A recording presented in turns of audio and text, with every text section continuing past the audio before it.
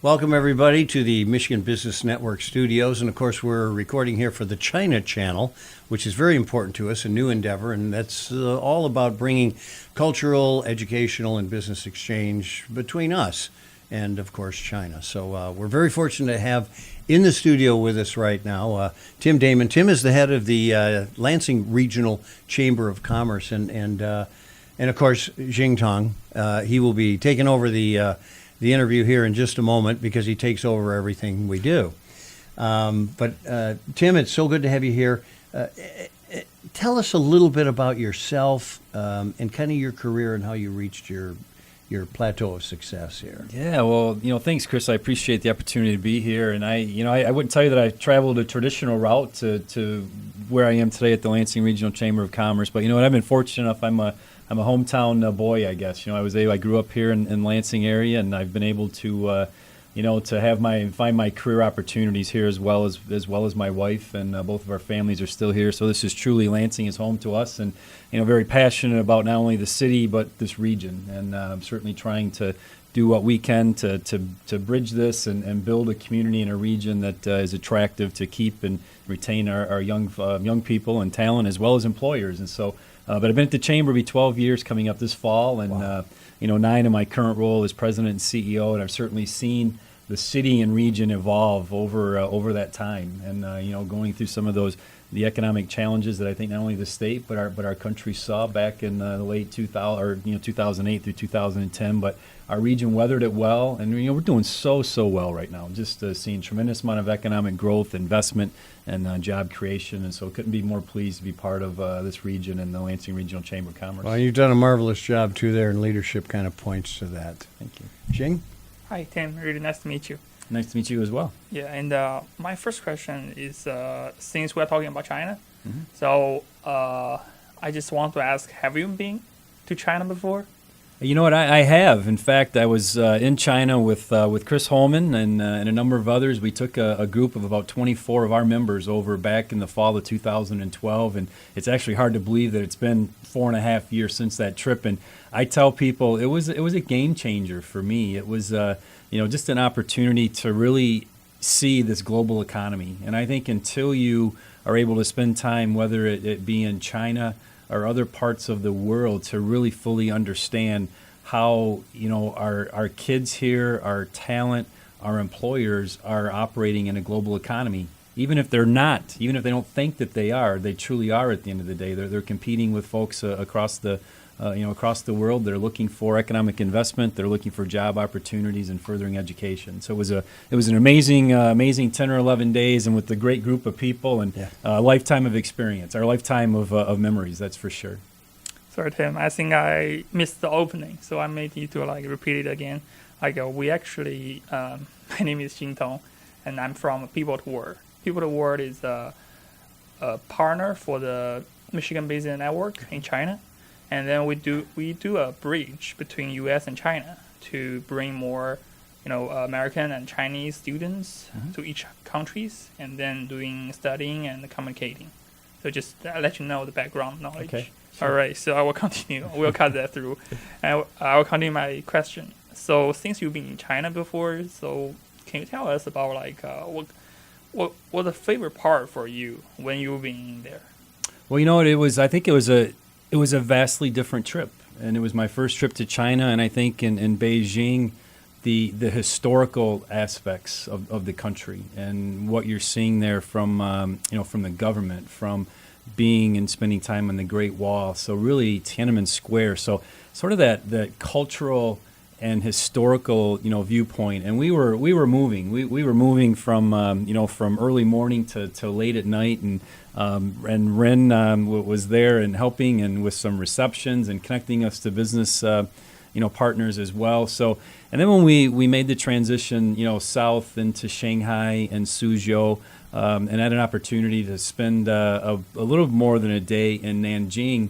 That was more business. And I think when you got into Shanghai, you saw it was a little bit more westernized. It was a little bit more being in an American city, in New York or Chicago. So it was a vastly different trip, but it was just an amazing trip. And I think the business partnerships and friendships that we made during that trip, we're still seeing, coming to fruition today.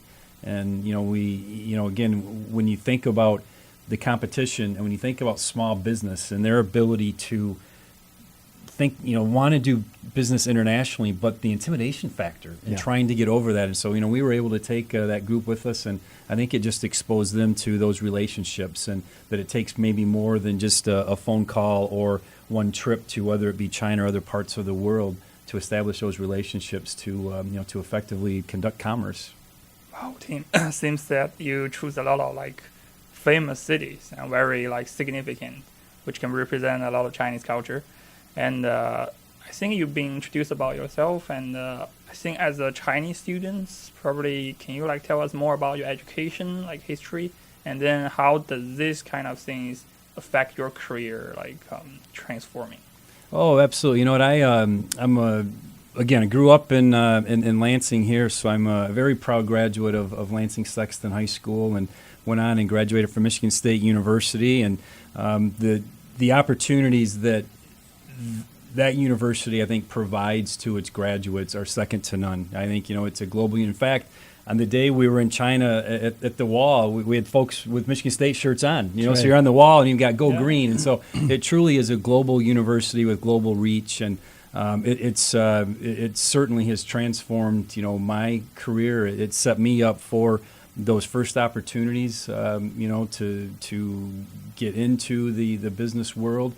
And over the 12 years I've been at the Chamber, it's continuing to shape and help me evolve. I mean, have great partnerships not only with Michigan State University, but also with Lansing Community College as well. So I think that our higher ed institutions here, it's a continuous learning aspect. I think that there are resources there that are continuing to drive our regional economy, and they are truly partners in a number of our economic development activities. Oh, thanks, Tim. So you bring a lot of like university here, like the LCC and the MSU.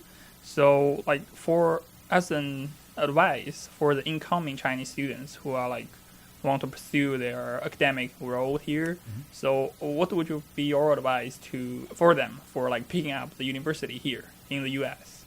Well, I think that there are several routes, and obviously the Chinese student population at Michigan State is one of the largest in the country, and they have been very successful in attracting and bringing in, and that leads to, I think, the diversity and rich cultural experiences we have here in our region is with that university. But with Lansing Community College, I always tell folks that, it's not only one of the top community colleges in the state of Michigan, but I think it's one of the top community colleges in the country. And it's such a great opportunity for students to get their start. And the old analogy that says it's not where you start, but it's where you finish. And LCC provides you that opportunity to get introduced to higher ed, to that curriculum, maybe help students find their way, what is that career path for them, and then launch them into whatever that next step may be. And whether that's Michigan State University, whether that's University of Michigan, Grand Valley State, one of the other universities here in the state of Michigan, or elsewhere within the country. So it's an amazing community college. President Brent Knight has done just a wonderful job of creating what I kind of call this sense of place with this downtown Lansing campus. 10 years ago, it was truly what I would say a commuter campus. Students were coming in, they were going to class, they were leaving. They would come back to class, they would leave. You now have this campus atmosphere, so when you walk around, kids are staying. They now have the food court that's a gathering spot for kids. There are study halls in each one of the academic buildings. And so they've created this sense of place in a really truly campus environment in what historically has been a commuter type school. So Lansing Community College is one of the best assets we have here, not only the city of Lansing, but our region as well. Great. Thanks, Damon. And my next question is more about the admission, actually. So since you're talking about these universities, and I think most of the Chinese students want to get in there, so when the admission, like to value these candidates, like what kind of characteristics that they're looking about? I mean, like probably they were looking about the grades and something like that, but is there anything else important for them to evaluate? Yeah, you know what? It's funny. I have a son who is a senior at Michigan State this year, and I can go by experience with that. And I think that certainly the grades and your test scores are important, but I think any other outside activity you have, and how you demonstrate through high school and what you're involved with extracurricular activities, and whether that be academic related, whether that be community volunteerism, athletics, and whatever that may be, to make yourself a more well-rounded person that's attractive to, whether it's Michigan State, whether it's Lansing Community College or the University of Michigan, whatever it may be. So I think that's critically important. And then it doesn't stop there. I think, as you get into your institution, there are those career paths. And are you a business student? Are you a communications and engineering student? And there are, there are standards that apply to each one of those respective schools. And so I think you have to continue to further that in internships. And, I think you're seeing now that, some of these Fortune 500 type companies are grabbing high school kids now and bringing them into the fold now with internships, and really digging even deeper in the, from a talent standpoint, and how do you identify that top talent early on. So I think whether you're going through your high school years or you get into your freshman or sophomore year, engaging in your community and engaging with the business community and looking for those internship opportunities will be critical, I think, to furthering it, whether at Lansing Community College or Michigan State or any other higher education institution. Thank you, Tim. Really glad that you mentioned about the internship, the word. And I just want to ask about more question about the Chinese students. Mm-hmm. So I believe the most of the target that you have aiming to the internship is to the domestic students here, but for the international students, especially Chinese students. So what you would be your advice when they are pursuing their educational journey, and so how can they get in touch with the internship opportunities? Well, I think there are two ways. I think, one, and primarily, and this is certainly what we've encouraged our son to do, and that is, through the university. That university has so many resources, and, very large, I think 50,000 student population enrollment, but there are so many resources that are available, and so it's up to, I think, the individual student to seek those out. So that's clearly, one way, I think, to engage, and that's through the respective school, through the Career Services Office. And I think secondly is to identify and look for those opportunities within the community. There are, organizations like the Chamber of Commerce, like our economic development, partners as well, that look for those chances to connect folks. The Michigan Business Network, Chris and his team, they do that as well, as how you're able to connect students to opportunities within the region here. We actually have an intern now, or a former intern of ours at the Chamber that interned with us 9 years ago. He's now back working for us as the director, as our marketing and communications director. So, and that's what you see now. That's what you're seeing from employers. They have this opportunity to, to tap into the students while they're here, and they can bring them along. They graduate, and then there are the employment opportunities. So clearly, there are the resources there, and I encourage the students to take full advantage of that through the Career Services offices at, again, whether it be Lansing Community College, MSU, or any of the other higher ed institutions. Great, thanks, Tim. So you're talking about the references system. So actually, I just want to ask about what you're thinking about the reference system. Like, how does that account for applying for the internship or the part-time job or something like that? So does that there's two ways. Like, firstly, you might apply online, but then you can do the referral from the familiar people that you know. So what you were just thinking about is playing the role in the applying jobbing system. Well, I think if I think you're asking about references and referrals and whatnot, and I certainly that plays a major role in that. And again, I'll use an example of our son, and he was able to do that through some connections he made with the Michigan State University Athletic Department, and was able to provide some reference letters for him for another job with the Spartan Fund on campus. And so that personal network that you need to establish, I think, is critical. And I just had this conversation a few weeks ago with somebody. I think I really learned about personal and professional networking when I was about 40 years old, so very late in my career. So I think today for young professional students, developing those networking skills and opportunities at a young age will only enhance and pay off, down the road. So building that personal, network. And so I think those opportunities for, reference letters and referrals are very critical and very important in that application process of, being admitted as a incoming freshman to then further getting admitted into your specific college, whether it be the College of Business, College of Engineering, College of Communication Arts and Sciences.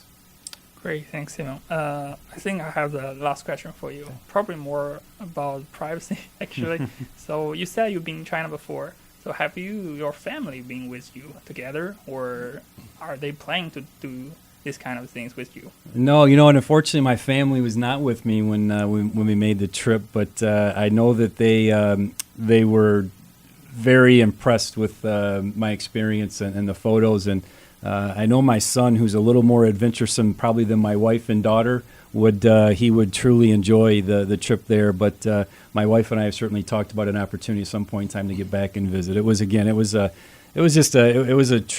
be an experience that I will be back, but it was truly, that first trip was an experience that I'll keep with me the rest of my life. It was interesting. They also produced a wonderful coffee table book that recounted Yes. everything that went on. Yes. It was tremendous to have that. So your family's been influenced. Tong, thanks so much for conducting the interview. We appreciate it. Thank you And so much. Tim Damon, head of the Lansing Regional Chamber of Commerce, thank you for taking a little time out of your important You're welcome, schedule. Chris. for Thank us. you. Appreciate it. Appreciate it. Again, I'm Chris Holman, and we're coming to you from the Michigan Business Network Studios, China Channel. Thanks for being with us.